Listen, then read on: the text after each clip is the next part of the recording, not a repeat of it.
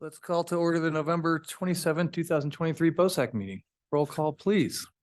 Jeffrey Bergeron. Here. Kristen Joyce. Here. Chris Tennell. Here. Duke Barlow. Here. Nikki LaRochelle. Here. Bobby Zanka. Here. And we're awaiting David Rossi. With bated breath. Oh. Minutes. Thank you for there's a lot to capture.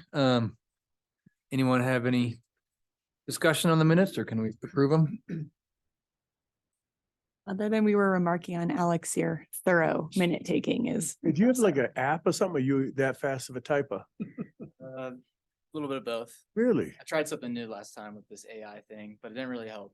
Kind of slowed me down, actually. So- Wait, this was not your Wasn't his best effort? creativity? Well, it's very thorough. Thank you. Yeah, thank you. Really nice. Motion to approve. I second. Okay. Any discussion on the agenda? Any changes or as it stands? I would like, oh, well, maybe this will be, hold on, sorry, I'm scrolling. Never mind. Okay. Retracted. Public comment. Craig and Marika, we're happy you're here. Would you like to comment? Or you just want to? Yeah, love to hear it. Open space advisory. Okay.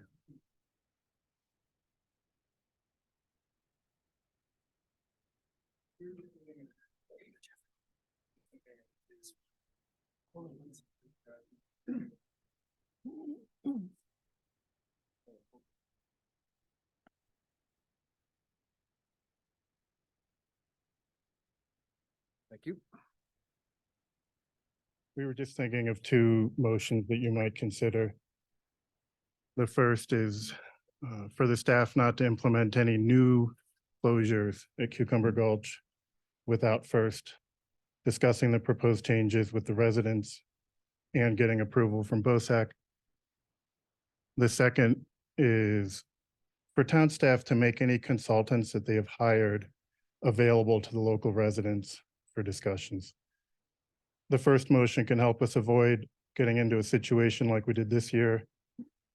The second motion can help us resolve the current situation in a manner that seems fair and proper. So we just wanted to float these two motions with you for consideration. Okay. Thank you, Greg. All right. I think we'll have this on an upcoming agenda, so. Yeah, thank you. Catherine, thanks for joining us. Do you have any public comments? Alex, did you get that? Okay, great. Staff summary. I'll just ask if there are any questions at all. It's a very short staff summary. And a quick note that the Board of County Commissioners will be taking up the quandary recap next Tuesday, 9:30 in the morning. There at the courthouse. If anyone is interested in attending, please feel free to show up. It was Tuesday. Tuesday, the 5th.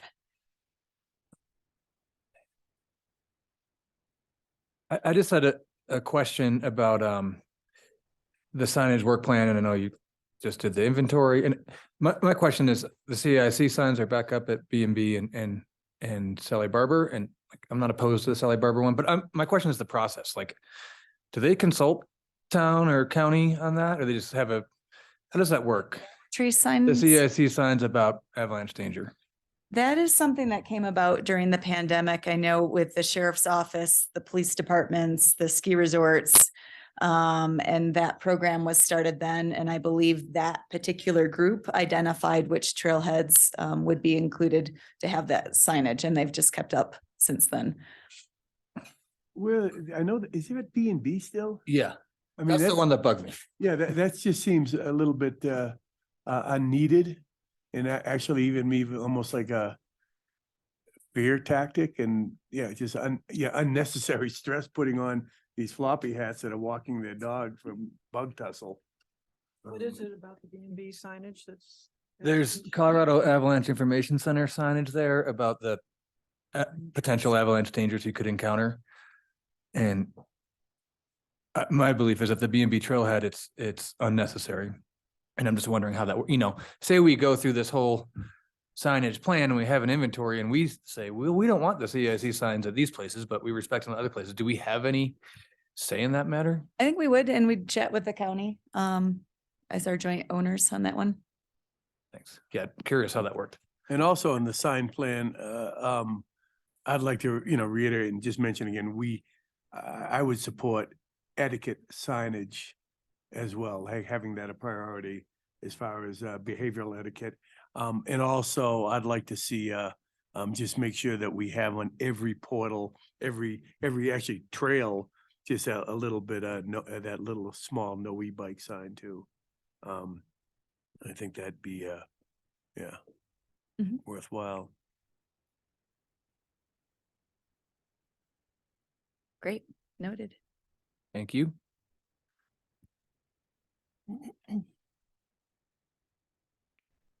Open space and trails discussion. Excellent. Well, I'm going to turn this over to Tony to talk about a couple of trail projects that we've been chatting about for a couple of years now, and just things are progressing a little bit further. I think Tony's going to share something with us here. Yeah, just give me a minute. Are you gonna put up the map that shows what these connections are gonna look like? This is all of a sudden happening now. Yep. We kind of like see the border. Mhm. How do I? She's ready for What? They're right in front of you. it. We were talking about something else. Where we ended up? Yeah, it's on the webinar. I got too much out of it. And then just click a different tab. What there? Are you in right now? Hard to see. Granicus, where Jerry is. But it's happening on the whole, on all my stuff. I don't know, because I don't have an iPad. Okay, all right. Might actually be it. All right. Maybe we should trade spots. All right. Yeah, what? It's like, See how? it's not becoming full screen. Yeah, what? It's up there Why too. did I do that? It just started. They're on the very, very, very bottom right there. No, it doesn't do anything. That's what I thought. There you go. Over on the right. Alex, you know about iPads? You're that age. Why all this is starting to do this? Why does it do this? See how it's not a full screen? Yeah. Yep. Yeah, so just kind of want to recap of the process we went through back in 2020, working with the county, the U.S. Forest Service and the Golden Horseshoe Committee. We worked out an agreement with the Forest Service, special youth authorization, that gave the town permission to do maintenance on Forest Service trails. And with that agreement, there was kind of an acceptance of new trail proposals in the U.S. Forest Service, that these proposals that we worked through would be kind of put on top of their list or a priority. So back in 2020, we packaged up a few trails to go through the NEPA analysis, and those were once again worked through with the Golden Horseshoe Committee, BOSAC, Summit County Open Space. And then 2021 was the NEPA analysis study, and all those trails were approved through the NEPA analysis. But then we also wanted to work with Colorado Parks and Wildlife to see if they had any concerns as well or recommendations. And they did have some concerns with 3 of those trails. One was the Rock Island connection, kind of trying to make that connection in the Golden Horseshoe, kind of north to south. It really veered away, the alignment veered away from the road into some critical habitat, and they were really concerned about that one. And then they also had 2 concerns about the Upper Chantilly Trail and the Dry Gulch connection as well. So they were less concerned on them compared to the Rock Island, but at the same time, they did have some concerns about some wildlife The impacts. proposed Chantilly Trail or the 3 that we have already? He proposed. The proposed. Chantilly Yes, Trail. yeah. And so, working with them the next season, we had a site visit with their CPW officer, and he came out and walked the alignments and got a better feel for the area and the surrounding network, and really discovered that since we had such a kind of a condensed network surrounding these connections that we wanted to build that the impact to the wildlife was not that substantial as they originally thought. So they gave us the go ahead. They're like, the disturbance already is here. We don't really see any issues with these proposed trails. And so that's kind of what we ended up this summer with CPW with the Dry Gulch connection and the Chantilly connection. And so we'll kind of scroll down and look at we can kind of come to this checklist next. Are you going to show us the map? Yeah, we'll show you the maps. And so here's the Chantilly map here. And we last year connected this triangle piece. We actually moved this alignment because of the shaded mustard color is actually all on town and county open space. So we kind of moved this connection to right here. And so we were able to construct that trail on our own property. And then the further extension, as you can see, is all on US Forest Service. The top of the ridge line is right here. So we're staying below the ridge line, and then it meanders down through open space property. This is the Mike's Upper Flume connection. Sorry. Do you have anything to show the relief on that, Tone? Like the Steepness. the steepness, I think we've got the topo lines. But faint. They're 40 feet contour lines. Oh, okay. So from this intersection to about here is maintaining grade. Yep. The trail does come out onto this rock outcropping, and it looks down into the valley. It's a beautiful view with some very unique rock outcroppings.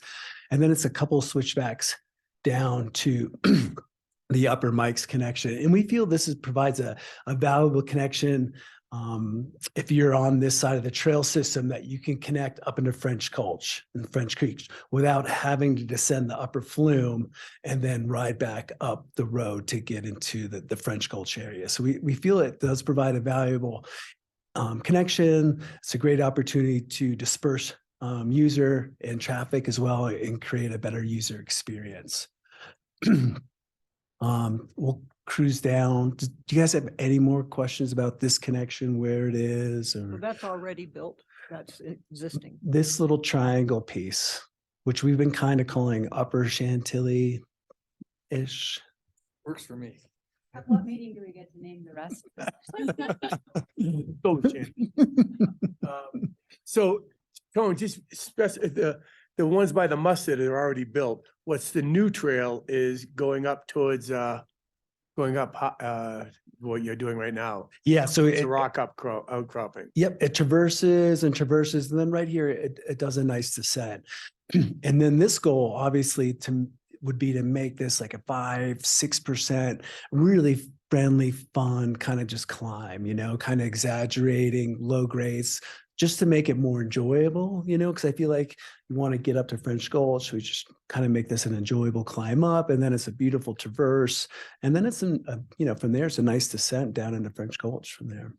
I would say with this trail and every new trail that we're building, if possible, to consider winter use. In other words, so on the sections that are particularly steep, have the trail wide enough so that someone can wedge. Because these trails, especially with that long contour traverse, this would be a perfect trail for kind of a kick and glide, double camber, ski, snowshoe, whatever. So someone wouldn't necessarily have skins. So yeah, on all those trails, and especially like I skied Tom's Baby last year, and it was just a little bit try to wedge up that. It was just a little bit thin. So this is just my take. So what part isn't done yet? Is it So- all done? No, it's a good question. So from this intersection to this intersection, we would like to construct next year And how many feet is that? about 4,000 feet. And how long will that take to do? We're kind of still working on with the county. We're kind of attacking it in a variety of ways. Whether we're using a contractor, maybe the contractor roughs it in, and then we use our Friends of Rec to fine tune it. And also looking at Rocky Mountain Youth Corps, whether that's a college age group, or we've gone down the alley of using our high school as well, where it's more of a work experience and training than a work productivity level with that. So we're working with the county, looking at cost and also volunteer opportunities. And do we have a cost estimate yet?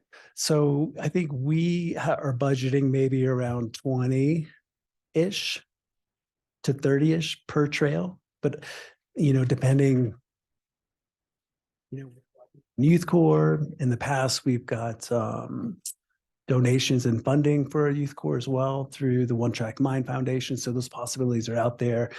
A 2-week Rocky Mountain Youth Corps session usually goes for about 16 to 17,000. So we would predict that the trails would be done by the end of the summer of 2024. And then those expenses that I said would be split half with the county.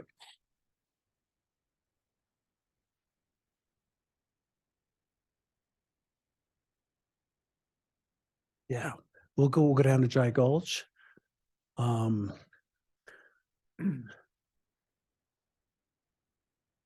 at that nice piece of property right there, huh? Look at that. This connection as well, just providing a better user experience, trying to make that north to south connection in the Golden Horseshoe. This trail that's in our system right now it's not that used that much, it kind of goes to nowhere. And so here we're trying to utilize that trail and then make a better connection to our system. Right now, if people descend on Dry Gulch, it's another large descent of 800, 900 feet, and then it's a climb back up Trailer Way to connect to the system. So here it's maybe about 3,500 feet of trail that remains on grade. It's pretty on grade traversing. So it's a nice, easy build. We're kind of thinking of maybe a contractor-ish or Youth Corps out here just because of limited access. It's a little harder to get to compared to our friends at Breck, trying to get volunteers out there. When you say Preston Way, that's not the Preston Way in the Highlands. That's Preston Way on the Dry Gulch Road. That's Preston Way in the Highlands. Yep. Preston Way, yes, in the Highlands, but in the Golden Horseshoe, not the paved Preston Way. Right. Yeah. Tony, how long is this proposed section? This is about 3,300 feet. And I think the overall plan would, whether it be our crew or if we do hire a contractor, would be to kind of revamp the existing Dry Gulch and give it a nice facelift, and really kind of bring it into the system that way too. Like the uphill portion from when it connects? Yes. This upper portion up here would just kind of give this a nice facelift. That'd be nice. And there wouldn't be any plans to decommission the lower portion or Trailer Way or anything? No. Nope, those would remain as is. And, there's still a great wintertime activity and use up there. Yeah.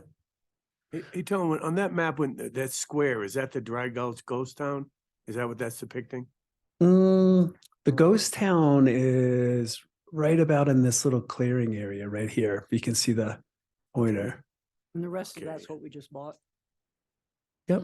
Okay. Yeah. Oh, like this right here? Yeah. What is that? That's a good question. We're very detail oriented. Circles. That's Alex. So, okay, when we skied Dry Gulch, when we skied to the property, and then we climbed up and then we went down that steep road to Jesse. Mhm. What do we call it? Do we call that Trail Away or do we call? We call that Dry Gulch. So that's what we're gonna avoid on this thing. Yeah. I can remember Scott ate it big time. He The did. delight of all of us. So kind of to help the process, we use their master plan and kind of put it into a grid kind of checklist to just kind of help with that decision-making process. And this was all just pulled right out of our master plan development guidelines. And then the first topic is conversation. Does it avoid sensitive habitat, high quality natural resource, wetlands, And that was a yes. Is minimize fragmentation? Yes. Utilizing existing roads or corridors? That was a no. Provide opportunity to commission roads or other services. And that's something that we would kind of want to work with CPW is trying to, we discussed this option with them as trying to enhance other areas, you know, so if we're disturbing one area, is a possibility to enhance the surrounding area around it for wildlife. So that's still something that they brought up, but still really haven't figured out what that actually means. So we continue to work with them to see if we can do that. And based on our habitat sensitivity map, it is a low and it does avoid any kind of ridgetop or visual disturbances. Would you like me to keep going through this checklist, or what do you guys think of the checklist really? Because this is, you know, our staff, as we're working through our master plan, trying to put it into a process that seems that it is usable and friendly. And we kind of like to see what your guys' input is on this grid. Do you think it needs more information? Is it too much information? What would you like? What's not included in it? Again, I mean, I don't know if it belongs here, but I would love to see something be cognizant of year-round use. And I think anytime we design a trail from now on, we need to be aware that that mountain biking is 5 months of the year, and there's other uses for the rest. Biking, and I should say mountain biking. Yeah, so maybe like under trail, so. user experience, maybe, or we could put that. Just something to be aware that design trails for year-round use. It's as simple as that, you know. And I will say CPW wants Dry Gulch as summer, because there are still wildlife concerns in the winter, and it's sort of a naturally quiet time in the winter there without actually having to put a gate up, just because the elk and other animals are moving through there. So they were okay with the summer use. But don't we of Dry own? Gulch. Don't we own it? Well, the part that Tony showed that goes through National Forest, we do not own the bulk of it. So what? I mean, what we're going to build a trail, and DPW says we can only use it for half the year, or for, I don't know if that's what the. That was their recommendation. Is like, you know, trying to keep that area quiet as possible since we already had some winter recreational use up here. And then I think overall, their concern was mostly during the calving and Yeah, fawning the period spring. in the springtime. And we felt just because of where this trail is located, that it would limit that kind of springtime use anyway. And why is that? Why is just? It's kind of hard to get to, and to get to this area, a lot of the trails need to be dry and they're not. It's kind of a lot of those north facing connections are kind of snowed in for a while. So this trail probably wouldn't be open until like mid-June area, maybe late June. And do we actually close it? I mean, you say it wouldn't be open. It just means it's not easily used, but that doesn't mean it's closed. Correct. We would not put a full closure in unless we came to agreement where we felt like it was needed. But what we've told CPW is we think it's naturally limited just because that sensitive time in the spring, it's very hard to get to. So one thing I'm just noticing regarding these guidelines is, like, I would support both of these, but to me, the upper Flume to Chantilly connection really does serve, adds more access, you know, like it is kind of tough to get from the Flumes into French Gulch, and this gives a good way. Otherwise, you got to go all the way to Gold Run Road and up the road. Whereas Dry Gulch feels like more of a luxury, that connection. And again, I would support it, but my concern is that our development guidelines don't flesh that out. You know, it's not clearly, you don't see that distinction here when we're answering these questions. Yeah. And one thing I noticed too was that both of these, when we're talking about providing access to underserved communities, the answer is no. What is it going to take for us to do that? I mean, what is the criteria for something that does provide access to underserved communities? Or are all of ours going to end up with a no there? I No, think a lot of the front country in particular, but this is mid-country. It's harder to get to. It's a lot removed from transit, from parking areas. you really gotta be, hoofing it or biking it to get to this area. But a lot of our front country, management zones, that's a great opportunity to really address, I think, a lot of those underserved communities. Yeah, and I think that's a great point, Bobby. And as we move forward with our trails plan, I think that was one of the priorities discussed as like, we really want to look at underserved neighborhoods and areas that do not have trail access. So I think in the future, as we work through our trails plan and come up with a wish list and where we'd like to see trails, that we remind ourselves like this should be a check box. Yes, let's making sure we're hitting those boxes. And on our signage RFP, are we having aspects of that are meant to help with underserved communities, particularly non-English speaking communities? I think that accessibility piece is definitely part of our RFP that Alex is working on. Yep. Tone, there again, Kirsten tried to help me. To ski this, would you park at the Jesse and go up that, how would you get up, or how would you access this in the wintertime? Where would you park? Would probably either park at Talking the new trail, the Peabody, the Gold Run trailhead. right? And then you'd go up to Preston. Yeah, go up to Preston and ski through Dry Gulch and then traverse over. Okay. And then you're kind of in your little zone over there in the ZL area. And You go up to, okay. Yep. all right. you could, if you had little kickers, and pick up Dry Gulch and just go straight up that. What we skied down with. Oh, yeah, right. Right, but the easiest way would be to go up Gold Run Gulch Road to Preston and then go to, up to, what's that, I got the draw or something. I Yep. can't recall it. Yeah.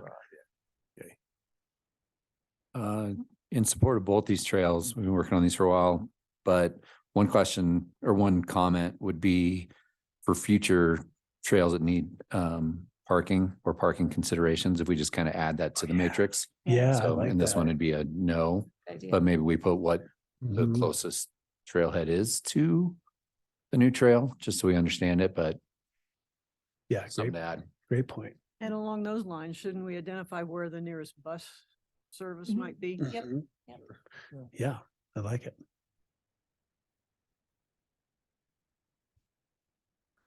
Anything else on the grid, the table before we kind of go into the approvals? Because I think this is just a good process for us to fine tune and work. Are these, having not looked at the master plan recently, are these all of our criteria questions per category or not quite? So this is kind of broken down, and this is one portion of the trail development guidelines. It does go into a little bit more in depth of what we looked at. I can't remember the exact categories, but it's something that we can go back through. I think Ann added a few other things from those earlier pages in that context. Because I like seeing this all on one page. I think that this is a really great format as we continue to have these decisions. I think this is really helpful. And, to Bobby's point, like clearly not like a lot of these trails are not going to be useful to all populations. And we recognize that, but it also is a good reminder. The reason why we made this criteria with more open-ended questions is to kind of weigh all of the considerations that we thought were important. And some are obviously, they're not going to check every box, but hopefully it does drive us in decision-making to ensure that we're balancing that with trails that are going to be accessible. So I really like Bobby's point, and I also think that this kind of helps address that by being like these are the criteria we set out to always consider. We're not always going to meet every single one, but we will help that drive our future decisions when we have opportunities to identify new trail making. So in sum, I like this chart. One other comment, just because it's going to be a forward-facing analysis of future trails. Could we get a summary, kind of what we were asking about, like, would add 3,200 feet or, half mile, whatever, and maybe what kind of jurisdictions the trail might traverse? So maybe just a summary beneath the description up above, so it's easy to see what we're up against. Perfect. This is reiterating Duke's point, I think, but I find myself thinking that it's missing the broader philosophical question of if we need the trail. Like, I love this Dry Gulch to ZL connection on a personal level, but I question how many people it'll actually serve. Like, the Dry Gulch Trail as it stands, I bet doesn't see much traffic at all. And that might be, maybe if you rebuilt it or fixed it up a bit, it would help. Like, certainly ascending that trail is really difficult. And perhaps this connection would foster more use. That's probably something we should talk about. But Duke said the word luxury, which is what comes to mind to me as well. Is it really worth building? And again, that's thinking more broadly for our community and who would use it. So. Well, that's a great point, and it's also a decision that was made before we made our master plan. So it's Yeah. interesting to see like if this decision would have been made after the fact. Yeah. And I mean, can't- that's a good point, Kristen, because I find myself wondering, certainly when you came up with those 6 trail proposals, someone came up with those and there was a point to why we need them. So for me, it's like, I want to understand the history of who thought that was needed. I think from a sort of a connectivity standpoint, it absolutely makes sense, but it's connecting a kind of obscure trail to an even more obscure trail. And so, and just, I'm always on the side of really wanting to be prudent about expanding our trail system ad nauseum. And I'm fearful that it will end, but I know that's just my opinion. So I think understanding the rationale is important. Yeah, and this particular trail system is part of the special use authorization with the Forest Service, started in about 2017 and 18 with work sessions with OSAC and BOSAC and council. It was packaged together with that special use authorization and approved. And it's just been this kind of slow start to tackle some of these trails to get the right NEPA done, address concerns of our partners. And so it's been a slow process, but this originally was born out of BOSAC and OSAC. Do you think though, then, I'm not sure if this would be helpful to other people, but Chris, you're mentioning of some sort of summary.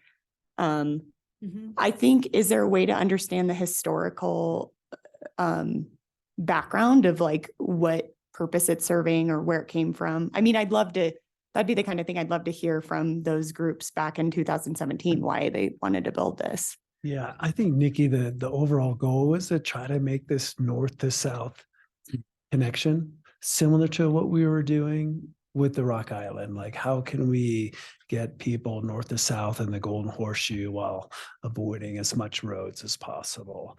And this was going to be a little bit more on the western side of the Golden Horseshoe connection, and that the Rock Island connection going to be more in the middle part of the Golden Horseshoe, making that connection. So I think that was the overall goal, is trying to make that north to south connection. Okay. And hoping helps. that people would, come through Lincoln Meadows, utilize the Golden Horseshoe roads, and then come over on the Dry Gulch Trail. Okay.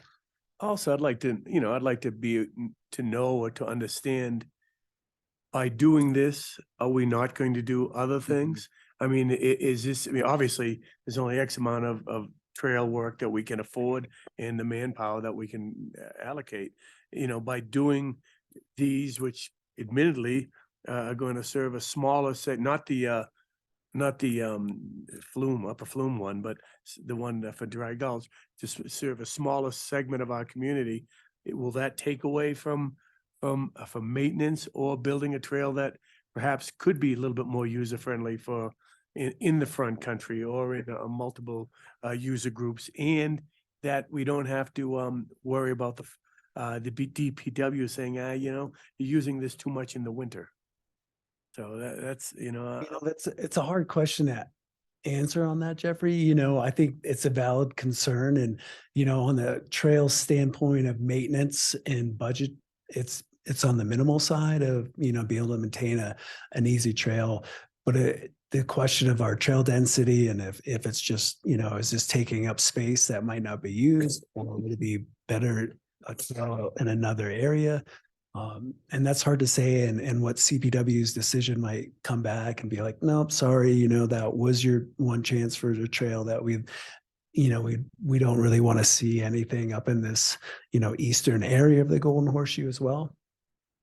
Well, if that's the case, I mean, if it's something that could go away if it's so tentative, being sustainable and healthy for the habitat, then, you know, that's not a selling point for me. If this is something that, oh, this is a one-time only deal that we can do this and down the road, they might say, nah, you know, we wish we didn't do that.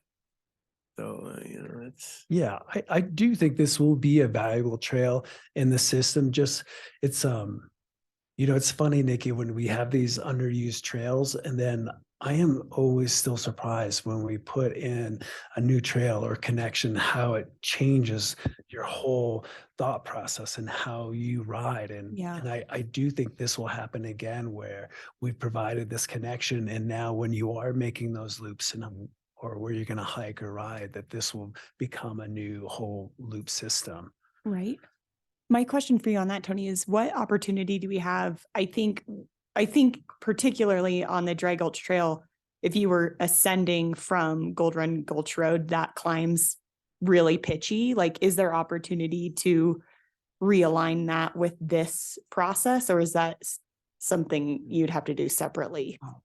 Where are you talking about again? Sorry. Like if you were on Gold Run and Gulch Road and you could either go Trailer Way or Dry Gulch, you're at that gate. Yes. Yeah. If you go Dry Gulch and you ascend that, it's really quite steep. Yes. And I'm wondering if it were more accessible, then maybe something like this would get utilized more. Just Mhm. thinking how to optimize the use of a new trail by making it more user friendly Right. on like peripheral trails, I suppose. Or does that make sense? Kind of. Does anyone? I think Like, could you build switchbacks in That's- where your yeah. cursor is right now. Yeah, exactly. Oh, That and lower right there. change the format. That whole part is so steep to climb. I think it discourages most people because Right. it is so difficult. Yeah. That would be my estimation of it. I think we should do both. But as a part of this process, can you work on alignments? You, It depends. I mean, if you're talking like new switchbacks on Forest Service, that's another NEPA. Okay, that was my question. Yeah. Yeah. Do you guys think that's, I don't know, does that do you think it discourages people? Oh, for sure. It's like Yeah. one of the harder climbs. Like to Jeffrey's point about winter use, that'd be tricky on. Yeah, I mean, going, you know, we park at the Jesse and go ski all those clear cuts, you know, with skins going up and coming down, and even with the rondo stuff, it gets your attention. I don't, you know, I'd like to, before I sign off or approve this, and I'm just one of 7. I'd like to, you know, how we talked it before, kind of think about the rationale of when the trail was considered back in, what'd you say, 2017, you know, what they were thinking. There has to be something on there written down about that. And yeah, and I you know, if this is if it's this trail, I mean, I like the Upper Flume to Chantilly connection, but if it's this trail or nothing else, I'd like to know if that's the case, or if it's this trail, are we thinking of something else, or we could allocate our money and manpower towards, and, you know, to compare the two. This is, for me, is low priority.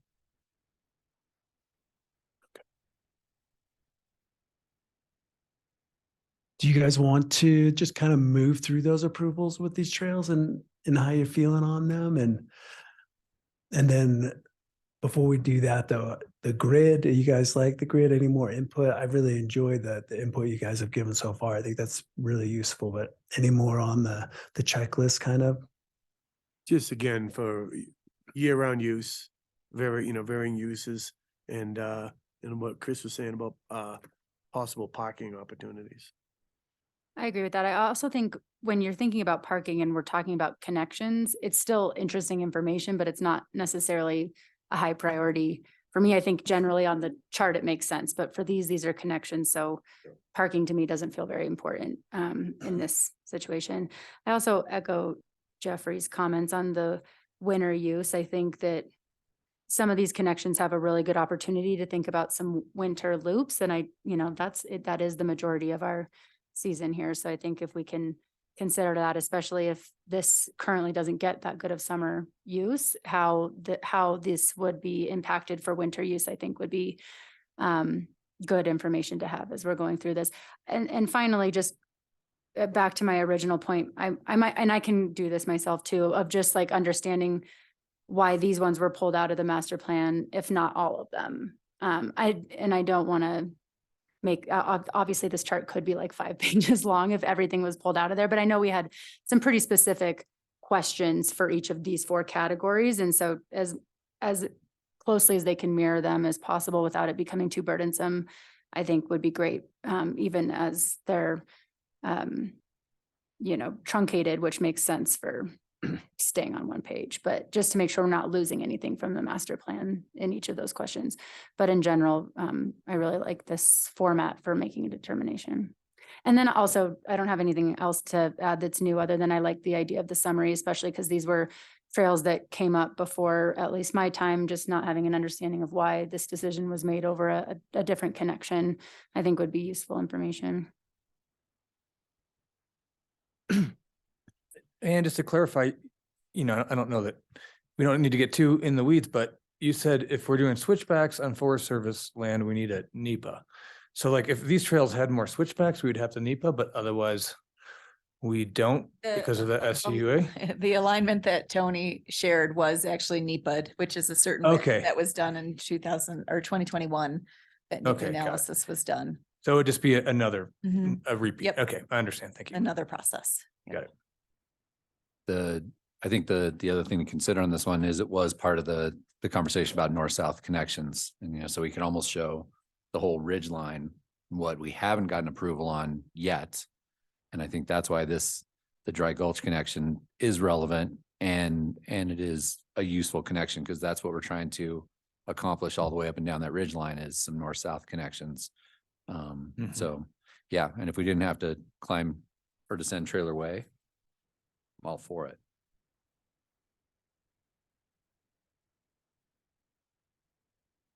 In terms of your one sheet, I would say that if you can't capture details, but you can capture all of the specific things that needed to be considered on one page, you could just have a link. Click, and if somebody wants the bigger picture, you just hit the link and it takes you to more. So you don't end up with 7 pages spread out on your computer. Yeah. And that would give us a little more of the in-depth analysis.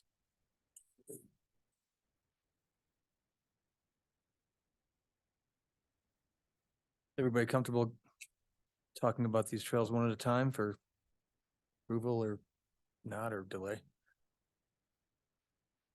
I think we all agree it would need its own name, but the Chantilly Spur, let's tackle that one first.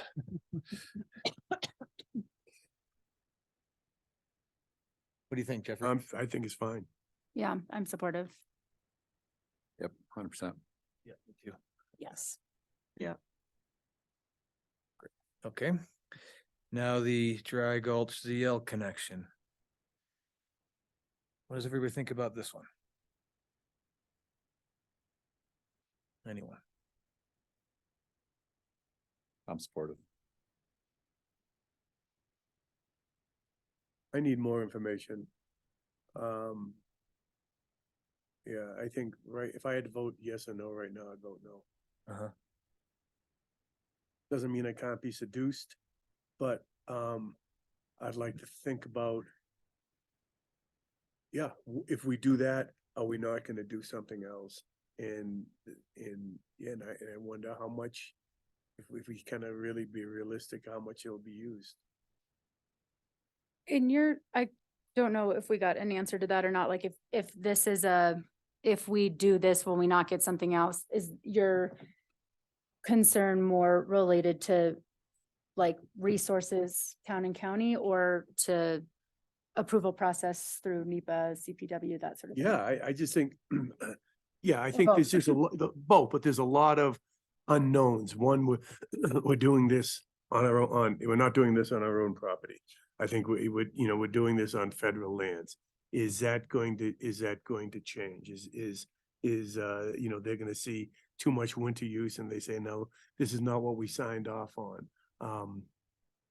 That, and also I think this will be, I can't see this being really a big attraction for hikers. I think, for mountain bikers and maybe skiers. And I think it's, allocating resources and yeah, to something that I think will have limited use. But there again, I'm just one of seven and I understand if I'm looking at it from a different lens. And why wouldn't hikers be attracted to this particular? Because it's just a long approach. You'd have to park either by the Jesse Mine and go all the way up there, or yeah, I don't know how you'd do this under 6-7 miles, maybe, to do a loop. I think maybe more. Yeah. And part of that is in the you'll be kind of a fun trail running course maybe. But and I do like it, the fact that it contours. It's just Yeah. yeah. And I don't know if it helps at all, Jeffrey, but I think as you move further to the east in this area, we definitely have some areas that are restricted for wilderness areas, and it does get a little bit more sensitive habitat area. We do have an opportunity, and we do have all the permission to move forward with this trail. And so it's I don't know, saying not to do, if we don't do this, then we'll be guaranteed something over here. I'm not sure that will happen either, just because of the sensitivity and habitat. Like, even though this might not be the ideal connection that we're looking for, it is an opportunity. It might not be, like you said, the best, but I do think it will be used. And I'll just say one more thing.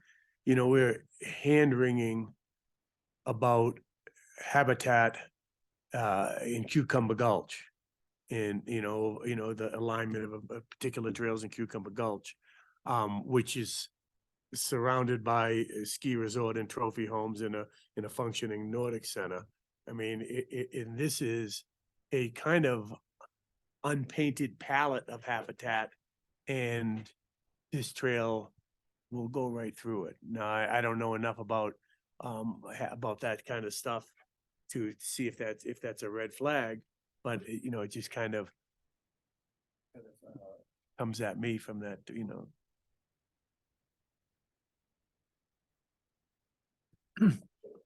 Tony, just for context, isn't that why the Rock Island single track was shot down, was because CPW concerns about wildlife habitat?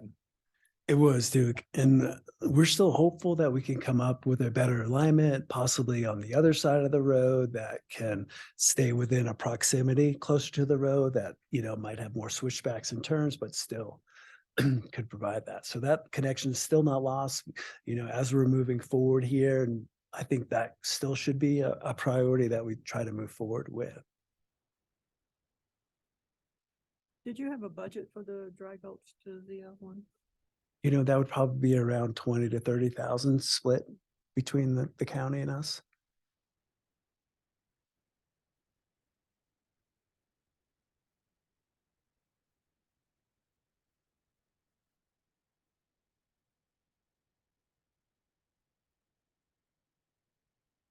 I'll go ahead. I think no, I don't think. I support moving forward with this. I have concerns. Jeffrey, you voiced a lot of them, but in the end, I think it is a north-south connection through the Golden Horseshoe, and we don't have many of those. And for that reason, most of all, I support it. I support it as well. I do think some consideration about the Dry Gulch Trail, reworking that, which I think of that in tandem with this trail, because I think it would make the whole thing more accessible to use. Because really, the more I think about it, Dry Gulch from Gold Run Road to Heinous is hard. And I think we could make that, in a way, I think that's one of the best trails in our system, but it's hard. And I would like more people to be able to use it. And I think as such, more people would use this connection. But the north-south corridor, that connection makes sense to me. So I think it'd be great. Oh, can I say, Jeffrey, something that keeps coming up in my mind as we're talking, and maybe this is a later discussion, but the way you think about winter use, it feels different than the way I think about it. And I think it would warrant a broader conversation, because I don't think of winter use as being restricted to our trail system. Like snow provides access. Just the way that we use the trail system in the winter, in my mind, is very different than we use it in the summer. So when I hear you talking about trails, using them in summer and winter, I guess it doesn't resonate with me, because I think people use them differently. And so I think but I think it's a great point, because I think if we understood better how our system's utilized in the winter would be helpful. I don't know how to do that, but Yeah, that's a conversation we can have, maybe allocate a work session or something. But I mean, but I'll just look at the use of Sally Barbara. And not only now when there's no other place to go, but in the winter, how many, there's just a lot of people that cross-country ski without skins, with a double edge, with a double camber, waxless ski. And we have, amazing cross-country skiing. So yeah, I think I don't want to, beat a dead horse on that. I think, but I'd love to talk about that. I'd love to analyze it. I guess what comes to mind for me is I'd be curious to know how many people are cross-country skiing on ZL, just because I have no idea. I personally don't do that. Well, you can't, because of the trail they built from Horseshoe Gulch is so steep. You have to use skins to get up that new trail to ZL. So that was my whole point about building trails with a winter perspective. Like we park at Horseshoe Gulch, and we have to put on kicker skins to get up that new trail to get to the ZL trail. Or you want to go to Rack Jack, you park it, you have to kind of park illegally at Rack Jack to go up that way to access the ZL trail. So, but people do it, But to push back on that, though, I don't think you're limited by the trail alignment in the winter, because it's snow and you can go anywhere. So that's to say, Well, if you have skins. right. But people are traveling. I mean, again, we can bench this, but I think it's important to understand, like, there's different alignments in different ways people utilize our outdoor space in the winter, like Australia Gulch or up on Baldy. Like, people aren't adhering to a trail per se, not necessarily. So in some cases, yes, but in some cases, no. So I think better understanding, like Duke, we've talked about this. Do you want to chime in on this? I like the idea of talking about it more, maybe a work session, because I've brought up concerns about some of the grooming we do that I think preferentially favors fat biking. It would be good to have, maybe we could table this for an Yeah. upcoming meeting, but it would be good to talk. And I think when we talk about that, we need to have like facts. I mean, data as far as like you said, Sally Barbara, you said the popular kick and glide destinations, which I'm trying to think of what they are, but yeah. Lorium maybe too. Right. And there is an access piece to your point. Like, not everybody has skins and AT gear, and they might have Nordic skis. Yeah. It just feels like a totally different creature. And it's like, I personally don't feel like I have my finger on the pulse of exactly how we think about it or talk about it, because the use is very different. And I would acknowledge their use is changing. You know what I mean? I mean, people like me are dying off, and people No, doing. I'm like you.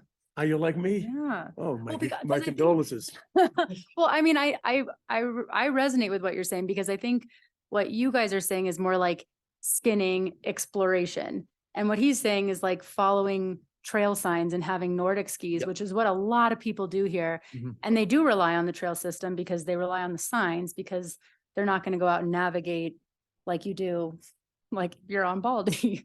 But like, obviously there's not a trail that people follow past a certain point, but there are a lot of Nordic skiers who are following signs and are pretty limited to Sally Barber and the Nordic Center. And so if we think of these trails as winter use, where you follow sign to sign, then yeah, I think that developing trails that have winter use in mind when it's appropriate makes sense. So There's a growing group of people who are Nordic skiing on established trails. The senior center has a really growing group of people who go out every week in the winter, and they're not bushwhacking in snow. I get Very the, trails. I think I probably explained that poorly. What I'm saying though, to what you're saying, is I don't think our whole system is utilized in the winter. No. Like, I think yes, it's only pockets of trails Yeah. that are low angle and popular that get packed down and people know. But I think there's a large proportion of our trail system that is not utilized by, these are more backcountry areas, like in our Right. master plan, like these, but I want to, that's what I'm saying is I want to understand Yeah. what is being used and what isn't. I think that's a great idea. You're right. It's not appropriate for all of these trails to be Right. accessible for winter use, but Right. a better analysis of what is used for winter use. And if it's not a lot, then that can be part of our future development criteria. It's like, Yeah. we don't have a lot, turns out, or something. Right. Maybe we do. but Yeah, exactly. Yeah. I personally just don't know. makes sense. And sometimes the answer to winter use is going to be no. Yeah. Okay, so dry gulch is EL. Kristen and Bobby, need to hear from you two. I'm supportive. I share Jeffrey's concerns, but not enough to say no. And I don't have a reason to say no either. Okay. Can you live with that? Are you Oh. seduced? Yeah. Yeah. Okay, so Put on some unanimous romantic for music. the Chantilly spur and 5-1 for dry gulch. Great, thank you, Thanks. guys. Okay, burning or no, forest health updates. Yeah, so we're gonna turn this over to Alex to give us a little bit of an update on Peabody that's mostly wrapped up and what's to come with our countywide burden plan. Yeah, so the Peabody project and the Golden Horseshoe is complete for this season. Microphone too. Yes. Bring that in. Sorry, the Peabody Placer fuels reduction project is finished in the Golden Horseshoe for this season. All the aspects were completed in units 1 and 2, including the rehabilitation of the temporary roads and trail crossings. Unit 328 is fully treated, but the CSFS crew is unable to fully rehab the existing road before the snow fell. So Bill Wolf and the CSFS crew will be back out in the spring if they can ensure or extend their contract, and we'll ensure that work gets done next summer. And then we're hoping to burn the slash piles that were created from this project in the winter of 2024-25. And then Jordan Mead and representatives from Summit County Fire and EMS, along with the Sheriff's Office and Red, White, and Blue, put together a countywide burn plan, and they had an information session November 15th, where they presented 3 sites that are ready to go. Most important one for us here in town would be the Bacon Load open space just east of town. It's basically a priority-based system, and they're ready to burn opportunistically when the conditions are right. Where's the bacon load? I'm sorry. I don't know either. Oh, shit. What? We have no idea where that is. That doesn't even narrow it down at all. So on which Chantilly? The upper Chantilly connection that was The one done. that goes to slalom? Yep. Okay, that's the bacon load. The big- If I'm confused, blame Duke. He Come on. thwarted me. Hi, Alex, I'm sorry. Oh, no. Yeah, and ideally, it's just gonna take a single burn day at each site based on how much fuel's back there. We'll make sure that we're gonna communicate to, the affected communities, smoke sensitive individuals, the neighborhoods close by, and give them 24 hours, notice through a number of different channels and posts and stuff. And then finally, I've kind of touched base with Jordan and the rest of the countywide burn plan team, and talked about kind of moving forward on some of our airport road piles and Shock Hill stuff. And we'll be putting together a separate site-specific burn plan to add to the programmatic burn plan. So hopefully in the next few weeks, we'll have some steps to address the stuff that's over on Shock Hill and Ski Hill Road. Yeah, and then kind of same thing there. When steps are ready, we'll go ahead and move forward on communicating, like a press release and notifications for that side of town when ready. Pretty much it. Who makes the call on it ultimately, as far as when to burn? As far as like the operational side, they have a burn boss who leads the whole operation, and that's going to be someone from Summit Fire and EMS for the first stuff that they can load. And there's also Cortina, Mesa, and Settlers Creek. That's north. And they do it with the burn boss, and they have like someone that's their training, and we'll have assistance from local fire crews as well, just kind of as like a backup. But yeah, all the operations are done by someone experienced. And who is in charge of public outreach? Is that us, or is that the red, white, and blue for? So for our stuff, like specifically on the town of Breck lands, like at Ski Hill Road and stuff, I'll be reaching out with Brooke Yep. and Atterbury, and we'll just kind of form a little communications plan on how to address that and make sure everyone has at least, a few days heads up. How about, just the county in general, like that out of the town limits? Who's? I believe it's Jordan directly from Summit County Open Space and Trails is kind of spearheading the communication side. I know that you can get alerts through the Summit County alert system, same way that like when you see road closures and stuff like that, you'll probably get a text that week or so before. And, they have their website and another number of other channels as well. Where are the piles on Ski Hill?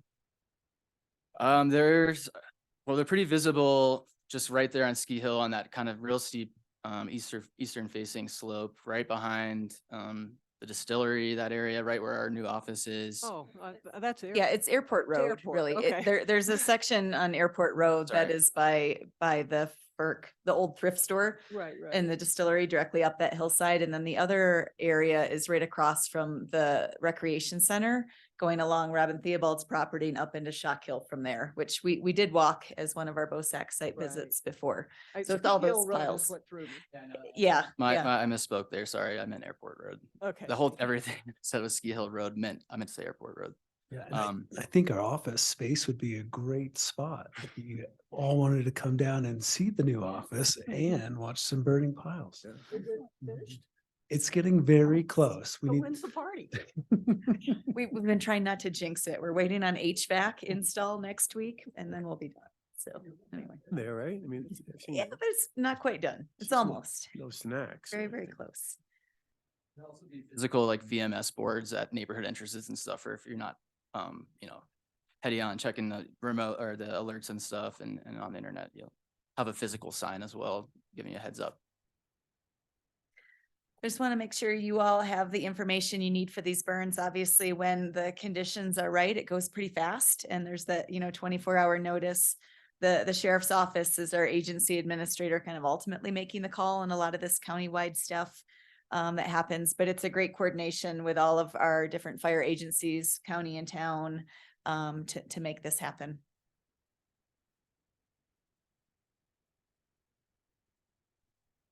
If you need other info, let us know. Thanks for all the emphasis on communication. Yeah. Any questions, comments? Are we thinking summer, spring, winter? Winter. Ideally winter, because Winter. condition, you need at least 4 inches of snow on the ground. Potentially like earliest spring, kind of just depending on conditions. And the other, one last thing to add would be like our town of Breck stuff, there's a little bit more in terms of volume. So probably multi-day burns, just kind of all depends though, like Anne's saying, when conditions and everything. So. And I think the Forest Service put out a notice, there's potentially some piles that may burn this week up on Peak 7. Mhm. And so that may be happening any moment. So it could be even this winter. It very much. Yep. They're hoping it will be this winter. Thank you.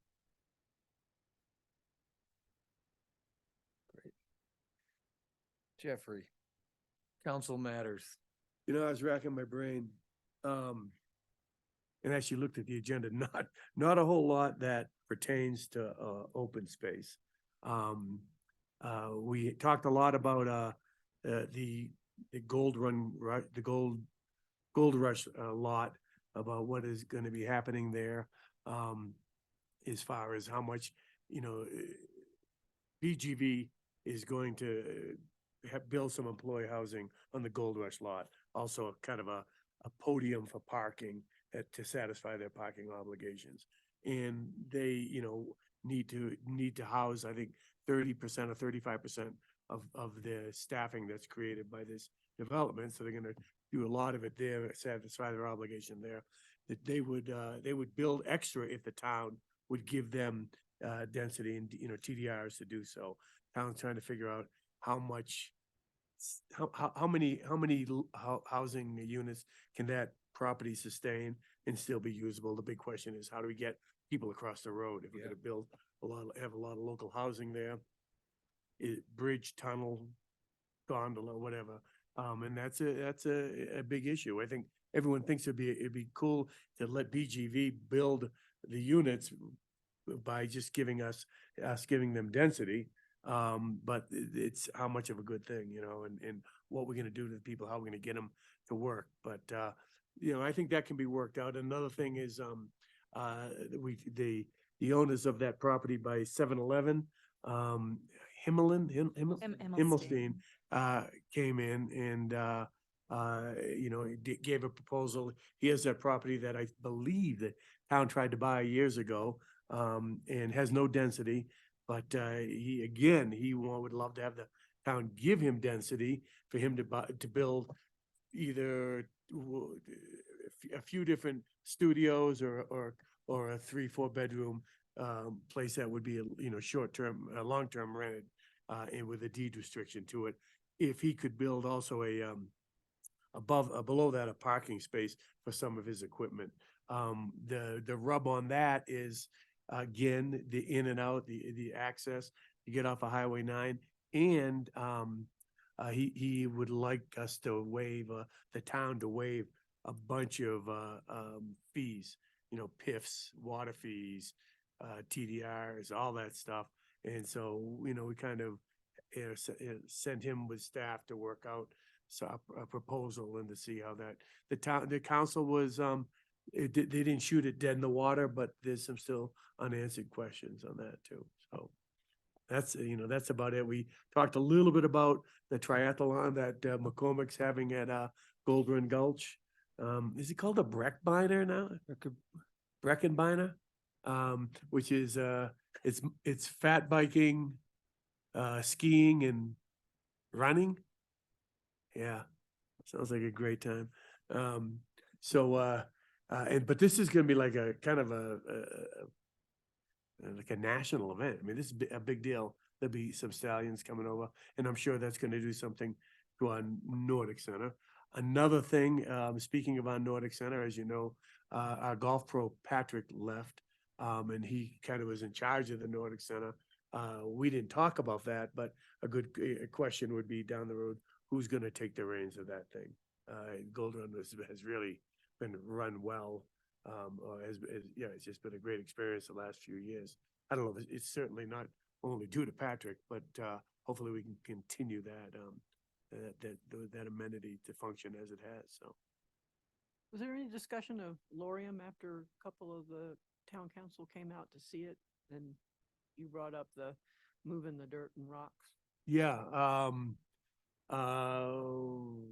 we didn't really talk about, I think I sent, I asked a friend of mine who's a excavator, to go up there, and he's not looking for the work, he's busy. But I said, you know, could we do something with earthwork with the current footprint?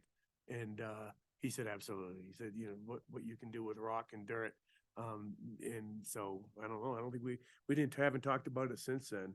But I'd like to do a site visit there with an engineer and see how that could function without going across the gate into the meadow. So where does that stand on our agenda then? Yeah, staff is working this winter with Summit County Open Space to come up with a variety of options, whether that's still trying to redo the existing one, possibly relocating the trailhead a little bit out of the meadow into the open space property, and then trying to get more specifics with those options of cost analysis and disturbance analysis and provide more options. Tony, do we have like on staff an excavator? Someone that has that expertise that we could say, what could you do with this? And somewhat, Jeffrey, but to get like engineered specific plans that would get approved through the county? Uh-huh. No, because Yeah. that's what we need is the approval of engineered plans. And we don't really have or our staff engineers are really busy. So it's not like we can go to them, hey, can you give us 4 options? They're, they can't even give Wouldn't us you need an one. excavate, kind of an excavator to get an opinion on that? Somewhat, but it still comes down to an engineer and specking out the plans and the designs, matching grades and having it all structurally built correctly. But would an excavator give the plans to an engineer, or would the engineer give the plans to the excavator? The engineer gives the plans to the excavator. Yeah. And that's what we're just lacking, is trying to find that source of engineered detailed information, because we don't really have it in-house. So it takes a lot of money and effort and time and energy to come up with multiple plans. And then it could just be like, no, we really like the one that you said at the beginning. But that's. And why also, we're I'd here. like to have us look, Kelly brought this up about, because she and Jay went on that site visit, about looking across the road too. So, Right. but yeah, I didn't think we had made any kind of hard and fast plans on it yet. But Yeah, so we're just going to the back to the drawing boards and trying to come up with some more plans.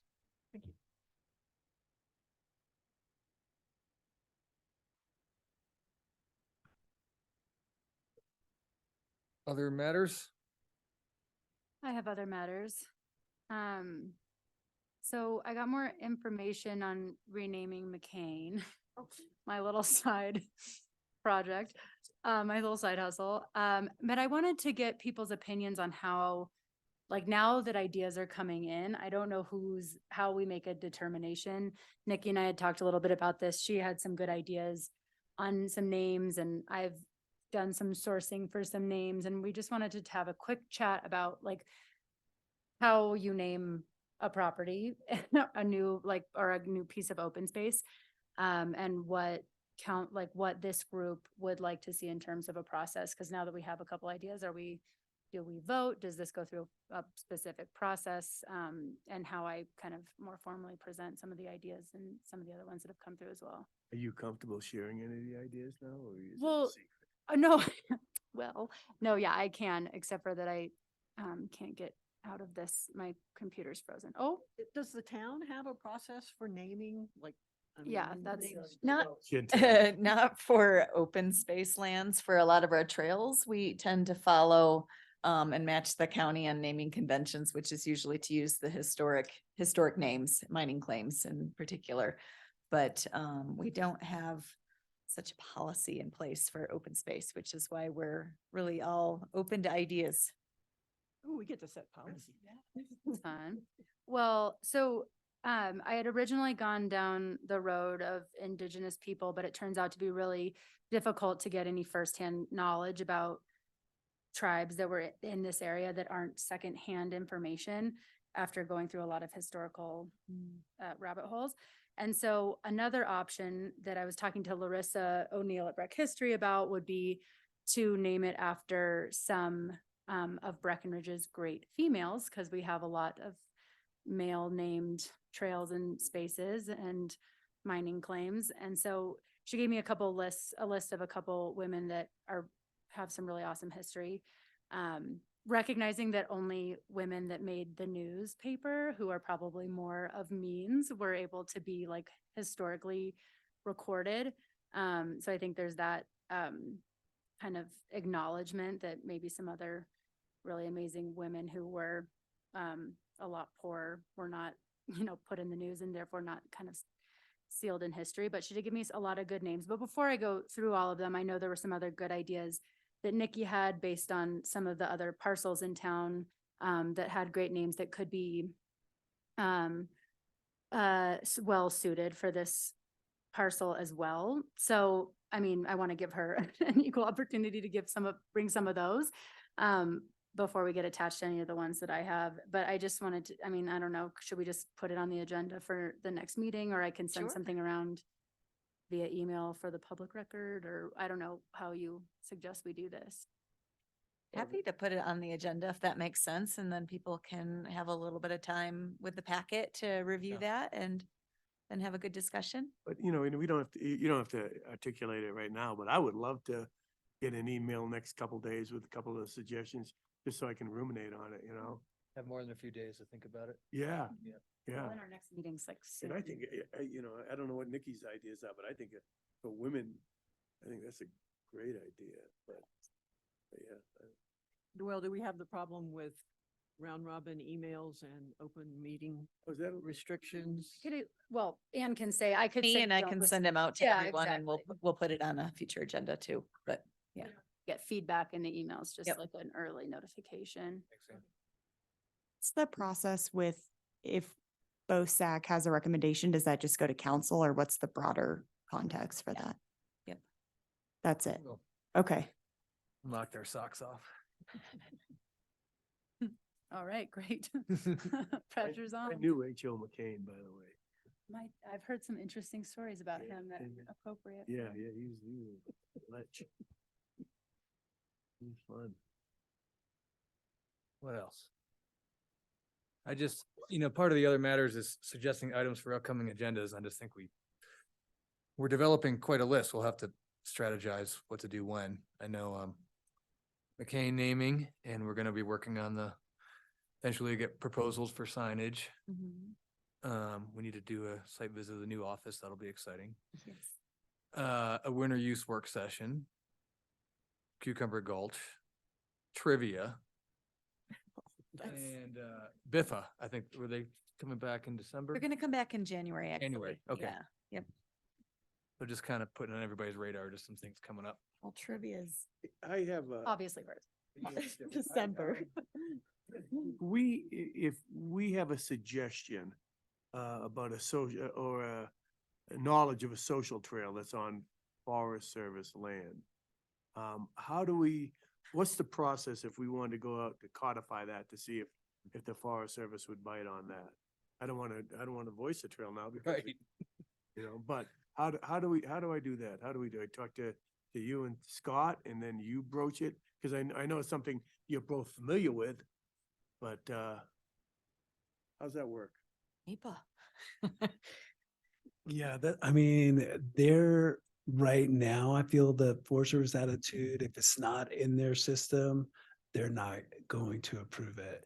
The last, I think during this whole SUA agreement, we brought up Don't say it. I'm not gonna say it, but it was the name with the, That one, The game. not it was a game. the game Yeah. and their instant reaction was, if it's not on our system, we don't want it. They've yet to do anything about it. Right, right. But I don't know if times have changed and that's Okay. it's serving a different area that they might look at it in a different way, but it would, if they did approve it, they would have to put it through their own NEPA process. And we spoke with them about kind of a future trails list and trails plan. And even though we would offer to pay for that NEPA study, they still have personnel to do their studies as well. And they still don't even have the time. So, Like Aspen Alley isn't gonna be they're not gonna want to see it. Well, it's just, I think anytime soon, they're really constrained right now with staffing issues. So even if we pay for consultants, they still have to bring in all their staff to review everything and they don't have the staff or the time to do that. So we're not really quite sure what that timeline would look like right now. but we are going to continue to work with them. And I think we should still continue to develop a list of trails that we think are high priority and move forward and see what they say. But knowing that they are limited on their staff time. A timeline for when we should have that list developed so that I know that we're subject to their staffing limitations, but at least we should be on time the best we can to say, well, here's what we'd like whenever you can get to it. Yeah, I think we should start adding it to our winter agenda. Well, We put down the list. recently had a meeting with Summit County Open Space to discuss this topic as well. Okay. Yeah.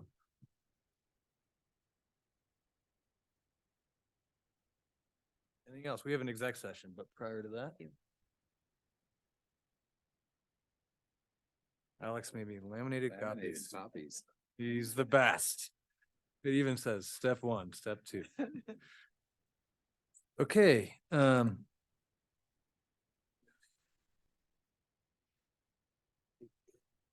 I move that BOSAC go into executive session under CRS 246-402-4E for the purpose of determining positions relative to matters that may subject to negotiations, developing strategies for negotiations, and or instructing negotiators concerning a property that town may be interested in acquiring for open space purposes.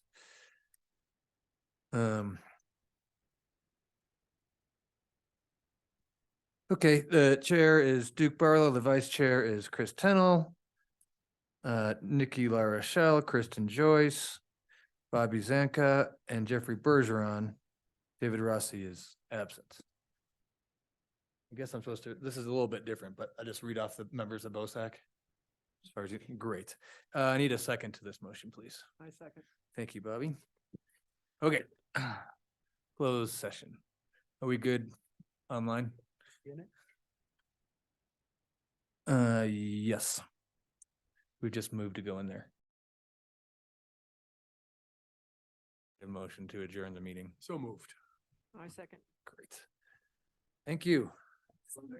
Text from Rossi. He's at a convention down in Denver. Thank you. So. I'm on do not disturb because of the Bears game.